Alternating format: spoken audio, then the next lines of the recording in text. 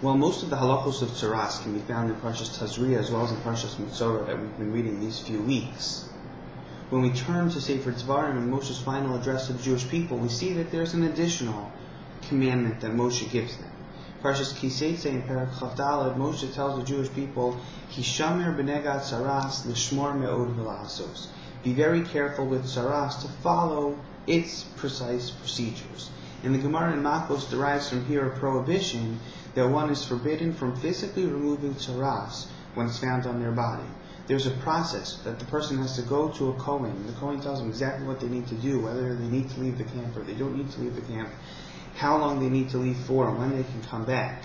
And a person must follow that process. Attempting to physically remove the tzaras and hoping that it'll go away, that is prohibited in Parshat Kiseitze.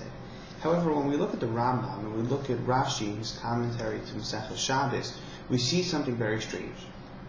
Both Rashi and the Rambam tell us that if the tzaras is tahor, if it's pure, the same prohibition of physically removing it, hishamer b'negat tzaras, still applies. Even though a person doesn't have to leave the camp. The Rambam says even if the Kohen comes to you and says you can come back because now the tzaras has become pure again, the tzaras is tahor, it still physically cannot be removed. It's still prohibited to remove it. And the question is why? If the tzaras is pure, if it's not tamei, so why do we care if the person physically removes it?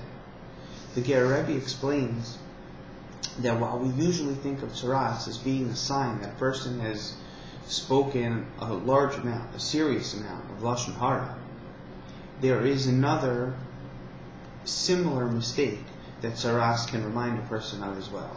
Lashon hara is about all the things that a person said that they should not have said. But there are also times in life when a person is guilty of remaining silent.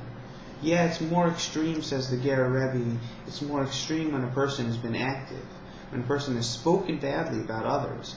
But when we sit by passively and silent when other people are in need of our support, we're guilty as well.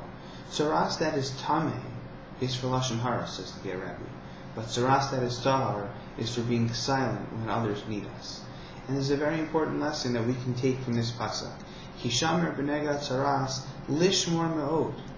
To make sure that we're not saying the wrong things. But it's also v'la'asos, to make sure that when we have the opportunity, people can count on us to say what they are in need of, to show that we're supporting them no matter what happens.